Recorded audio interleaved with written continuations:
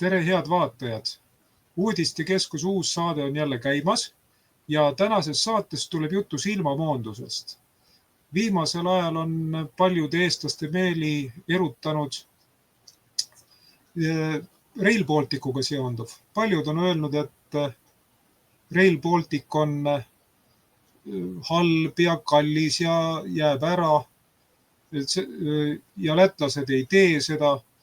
Ja see on üks teema, mis on neelanud endale paljude inimeste tähelepanu, on veel mõned teemad ja nende puhul on märgatav, et toimib sama põhimõte nagu silmamoonduse puhul. See tähendab, et inimeste tähelepanu on suunatud mingile kindlale asjale ja samas selle taustal jäävad mingid väga olulised muud asjad märkamata.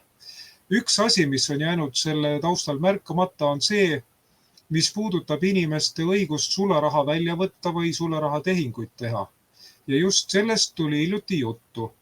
Euroopas olid selle kohta uudised, Eesti peavoolumeedia millegipärast ei kippunud neid kajastama. Ja siis tekibki küsimus, et kui inimesel on sularaha, kas see on päriselt tema oma, kui riik sellesse sekkub või ei ole tema oma, kellel on selle kasutamisõigus, kas riik tohib jälgida inimese sularaha kasutust või inimene on vaba ja kasutab ise, kuidas vajalikuks peab.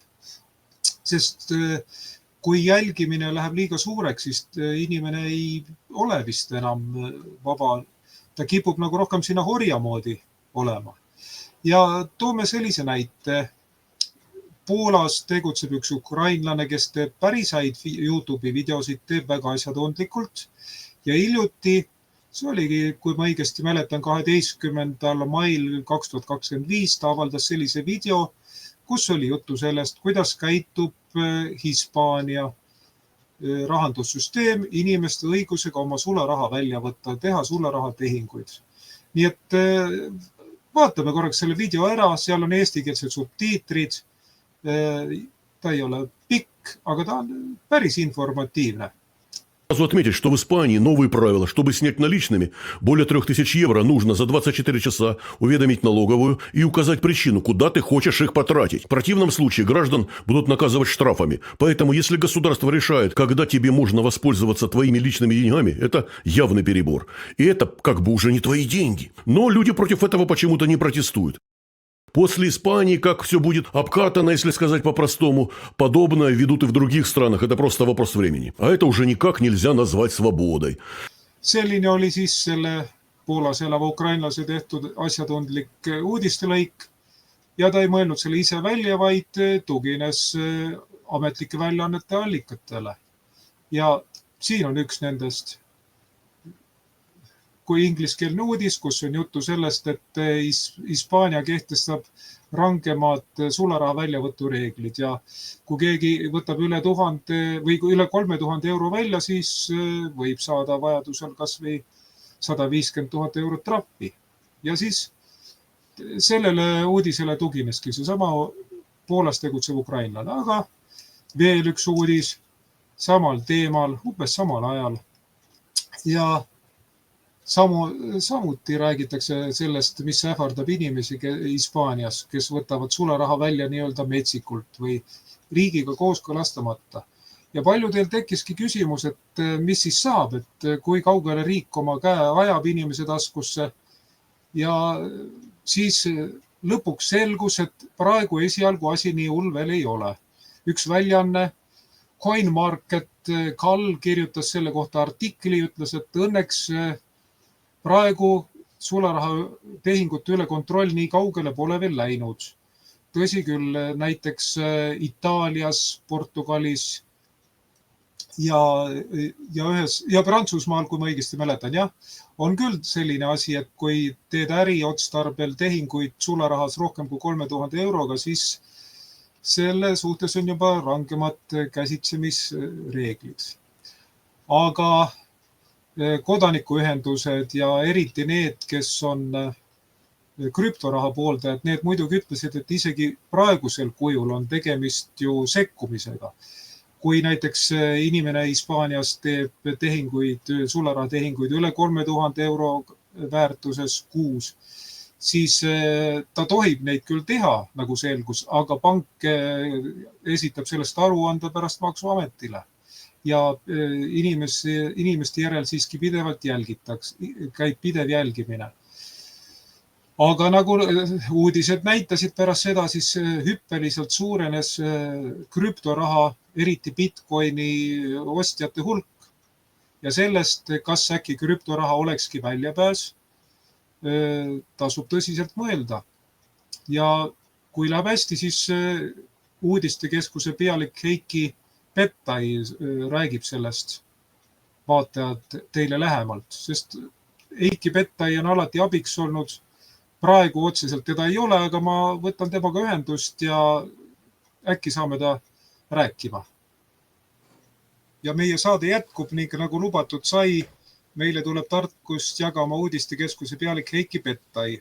Ja seda sel põhjusel, et temalgi on kokkupuuteid olnud krüptorahaga ja ta võib oma kogemustest rääkida ja kõigepealt küsin Heikilt, kuidas sa hindad meie saate esimest osa?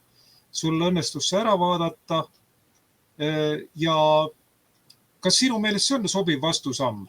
Krüptoraha nimelt sobiv vastusamm sellistele asjadele, mida kavandab Euroopa Keskpank või kus tahetakse piirata inimeste sularaha kasutusõigust?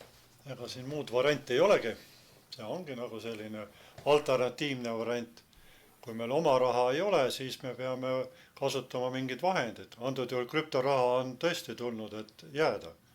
Need on väga palju erinevaid ja orienteeruda, ma usun, et on selles päris keeruline. Et ütleme siis nii, et ise ma kasutan Korti, on selline koduleht nagu kortal.org, kortal.dev, et saate ise uurida. Ja seal keskkonnas on selline vahva raha nagu Kort. Ongi nagu sisemiseks kasutamiseks, aga teda saab ka vahetada läbi Coinbase'i lehe euroks põhimõtteliselt. Aga seda tehakse läbi siis sellise krüptoraha nagu Litecoin. On olemas selline krüptoraha nagu Litecoin ja Korti hind hetkel on siis 0,01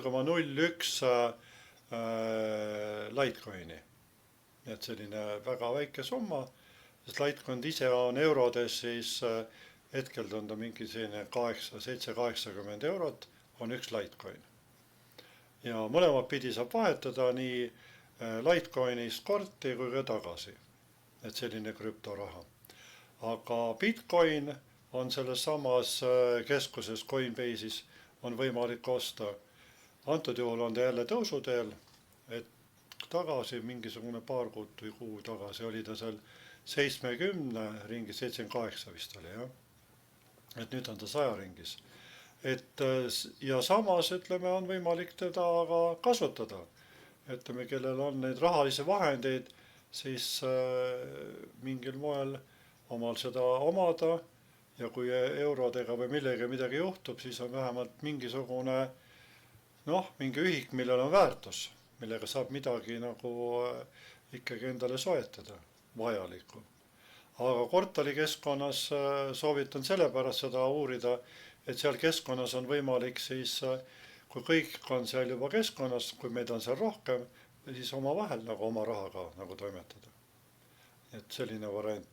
Tartu ühistul on olemas selline rahaühik juba 10 aastat, veksel. Ja see on seotud hetkel kullaga. Nii et ka kuld on selline täitsa mõistlik variant, aga suurtes kogustes, nagu te aru saate, te ei jõua omale neid tonne siia tuua, eks on. Antud juhul räägime küll grammidest ja kilodest, siis pole asi nii hull. Aga kui teil summad on väga suured, siis ma arvan, et see ei ole enam jälle mõistlik. Nii et siis see krüptoraha selles mõttes on nagu veidi mõistlikum lahendus. Ja... Kas see oleks siis nagu ärikeeles öeldakse äririskide hajutamine? Jaa. Et sa erinevad variandid ja hõbedat ei maksa ka unustada, sest hõbe on täpselt samamoodi, tal on väärtus. Ja hõbe on küll odavam, nii et selles mõttes on võib-olla teda ka päris hea hoida. Et sõltub summade suurusest, mis tal on olemas. Kui tal on seal mingite tuhandete värkidega, siis see kulda võib. Muidugi see hoidmisega on muidugi see varguse probleem. Nii et see on jälle omaette. Et krüptorahadega on nagu natuke lihtsam, et arvutis ta seal on ja kui varast tuleb, siis noh, nii on. Kui ta sult paroolid värgid kätte saab, siis loomulikult ei ole midagi teha. Aga kui pool läheb ära, siis on ka krüptoraha läinud või kuidas? Ei, ta ei ole läinud. Siis on olemas teil endal USB-pulga peal või olete kuskile eraldi serverisse pannud mingeid asju. Noh, meie põhimõte on see, et me ei hoia pilves, vaid ongi omad serverid. Et uudistekeskus on nagu seda teed praegu läinud. Et meil on oma serveri, park see vaikselt laieneb ja kui asjad on serverites, siis pool läheb ära, aga pool tuleb ühel hetkel tagasi, siis on kõik jälle olemas. Väga hea, et sa mainisid ka teisi krüptorahasid peale Bitcoini, sest väga paljude meie vaatajate jaoks on olemas ju ainus krüptoraha nimelt Bitcoin. Teistest teatakse üsna vähe. Hiljuti me mõlemad saime sinuga teada sellisest krüptorahast nagu Zero. Ja mina läksin ka sinna punti, sest leidsin, et on mõttekas valmistuda selleks ajaks, kui tuleb digieuro, peab olema nagu mingisugune vastupanu-vahend või siis pehme maandumine või kuidas seda nimetada. Sest teadaolevalt Euroopa Keskpank tahab käesoleva aasta sügisest käivitada digieuro. Ja see ei ole päris niisama süütu lõbu, selleks tuleb tõsiselt valmistuda. Ja teine asi, milleks tuleb valmis olla, on see, et Euroopa Komisjonil on kavatsus ju järgmisest ehk siis 2026. aastast kehtestada sularahas arveldamise ülempiiriks 10 000 eurot. Ja kui juba üle selle läheb, siis on asi kahtlane ja siis hakkab nagu seaduses ilm selle vastu huvi tundma. Jah, no eks see praegu on ka see probleem, et kellel on need krüptod ja kui nad toovad sinna nii-öelda euroks, ega maksuametile meeldib see ka. Ta jälgivad seda teemat ka. Aga nad praegu ei saa vist kätt vahele panna praegu. No nad nii palju saavad, et kui sa mingis keskkonnas oled omale eurot saanud ja kui sa oled kuidagi kasu saanud sellest, siis mingid probleemid sellega on.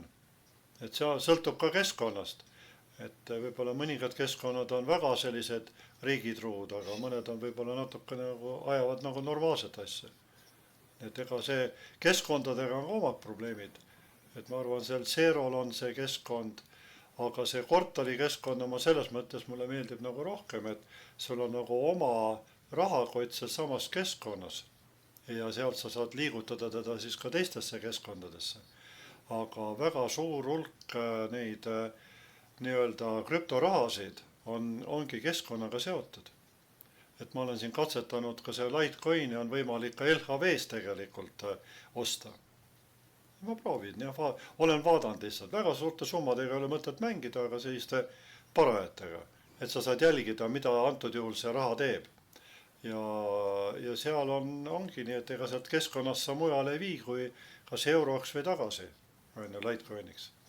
Et see on nagu ka probleem, sest kui sa suudaksid oma krüptoraha liigutada mingi teise keskkonda, samas keskkonnas sa saad vahetada eurodeks, bitcoiniks, arriks vist, ma ei tea, kas see keskkonnas saab, igatahes kortalis saab.